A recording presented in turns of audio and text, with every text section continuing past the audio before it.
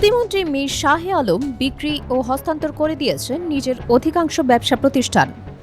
গণমাধ্যমে তার সম্পদ বৃদ্ধি নিয়ে প্রকাশিত সংবাদের জেরে ওঠা প্রশ্নের জবাবে দিলেন ব্যাখ্যা। সম্পদ বিক্রির পাশাপাশি কিছু সম্পদ দালিলিকভাবেও করেছেন হস্তান্তর। কনফ্লিক্ট অফ ইন্টারেস্ট এড়াতেই এমন পদক্ষেপ নিয়েছেন বলে দাবি প্রতিমন্ত্রীর।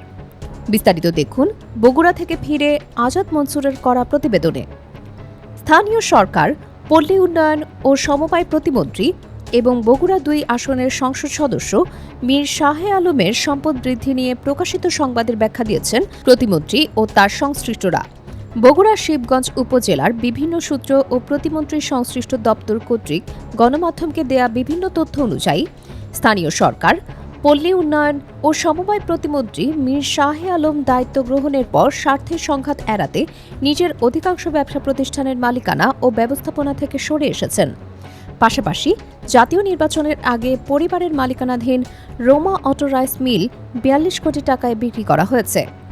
নির্বাচনে জমা দেওয়া হলফনামায় মীর শাহে আলমের নামে ১,৮২৪% জমি এবং ১২টি ব্যবসা প্রতিষ্ঠানের তথ্য উল্লেখ ছিল। তবে প্রতিমন্ত্রীর প্রেস সেক্রেটারি আতিকুর রহমান গণমাধ্যমকে জানান, শপথ নেওয়ার পর সরকারি বিধি মেনে ব্যবসা প্রতিষ্ঠানের শেয়ার পরিচালনা ও মালিকানার দায়িত্ব পরিবারের সদস্যদের কাছে হস্তান্তর করা হয়েছে। বর্তমানে এসব প্রতিষ্ঠানের কার্যক্রম তার পরিবারের সদস্যরাই পরিচালনা করছেন। প্রতিষ্ঠানগুলোর সিনিয়র জেনারেল ম্যানেজার জাহাঙ্গীর আলমও জানিয়েছেন, প্রতিমন্ত্রী হওয়ার পর থেকে মীর শাহে আলম ব্যক্তিগতভাবে কোনো ব্যবসায়িক সিদ্ধান্ত বা জমি ক্রয়ের সঙ্গে যুক্ত নন।